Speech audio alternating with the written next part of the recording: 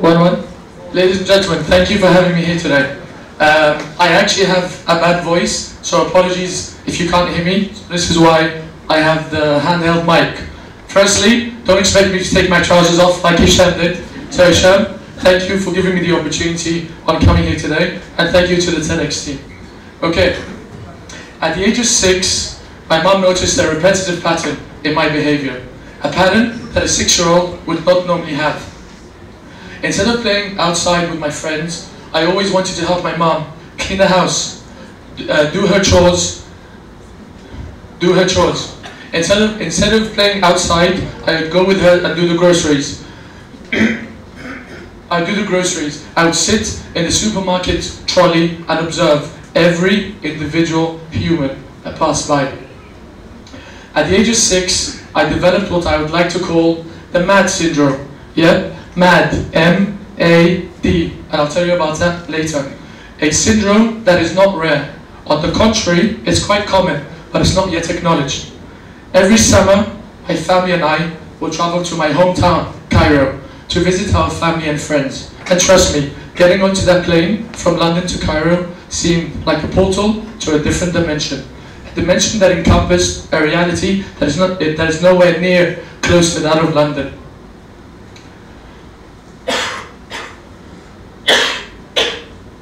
By the age of 12, I had two realities that I had to face and accept.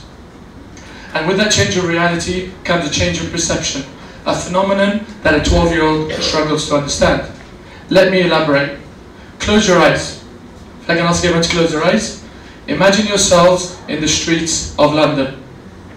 Whether you've been there before or not, from what you previously know about London. Imagine yourself in a car, wandering in the streets of London, looking through the window. What do you see?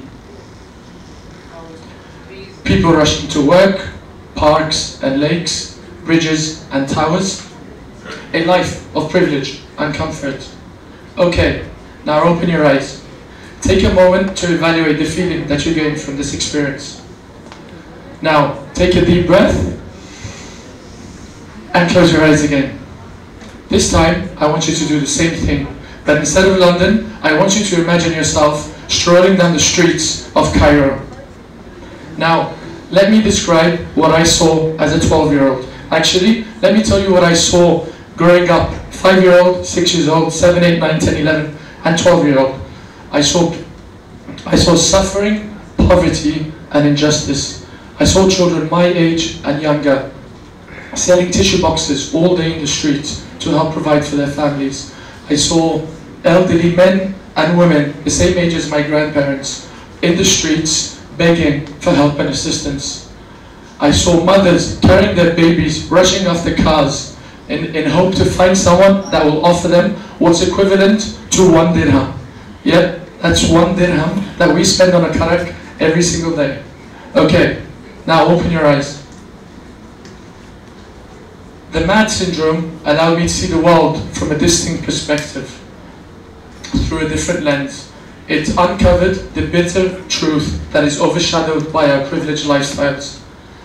Now, I guess at this point, you just want to know what's the MAD syndrome, right? Who wants to know what the MAD syndrome is? It is the make a difference syndrome. A syndrome that I made up and I identify myself with.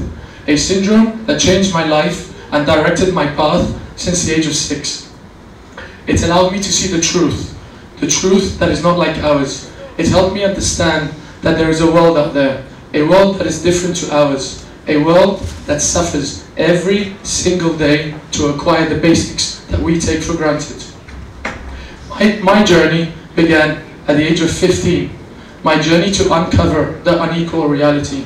So I sought every opportunity to give back and volunteer. I sought every opportunity to make a difference. I decided to follow a path that teaches me how to appreciate what I have and to work hard to help others achieve what they aspire for.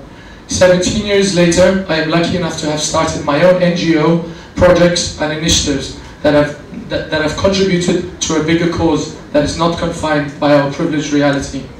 I stand here today on this stage to give you some advice and encourage you on how to unleash the man in you, as I am certain that 99% of the audience here today have experienced symptoms of the MAD syndrome. However, we're unable to manifest its true potential and power. Alright, step 1, baby steps. Change doesn't happen instantly. You need to understand that with this commitment, it requires dedication and time. Look out for small volunteering opportunities in your community. You don't need big projects to make a difference. Individuals are capable of making a significant change with a gesture as simple as a smile. Step 2, after years of working with volunteers and after years of experience with working with volunteers, step 2, be creative, open-minded and flexible. After years of working with volunteers, I realized that the volunteers that are willing to push themselves out of their comfort zone, propose imaginative ideas for initiatives, and adapt well to change are the volunteers that will tend to last and develop throughout their journey. This journey requires innovation, but simplicity. Complicating things will only discourage the individual and prevent him or her from pursuing other opportunities. Step 3, knowledge. Never ever impose your opinion and beliefs on others while volunteering, especially when you are dealing with a vulnerable population. It is important to understand, it is crucial for you to understand that your perception is not universal. Every country, every city, every culture has its own beliefs, practices. Therefore, you need to understand the context, respect other backgrounds during volunteering. You need to respect other backgrounds, the backgrounds of others while volunteering or pursuing your own initiatives. Assess the needs, respect the backgrounds, and most importantly, serve with a pure intention. I can stand here all day telling you about the do's and don'ts while volunteering, but none of this will be effective if you don't have the right mindset for it. The first step towards this journey is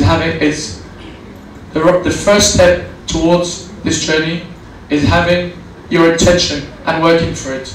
It is crucial for you. It is crucial for you to dream big. Don't let the obstacle and tackle the obstacles. Don't let them discourage you. Don't wait for anyone to make the difference. Be the beginning of that difference. And before I finish up, I just want to ask, who here wants to make a difference? Yeah. Who here has tried to make a difference? Great. Who here is finding it difficult to make a difference?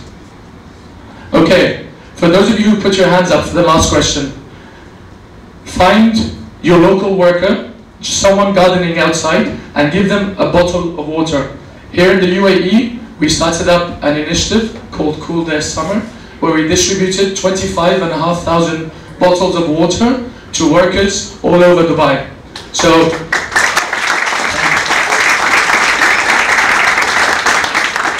a very small gesture, just like giving a 1 dirham bottle of water to a worker, makes a difference. Maybe not to your life, but to his life. My name is Ahmed Ali. I have the MAD syndrome, and I'm proud of it. Are you? Thank you very much.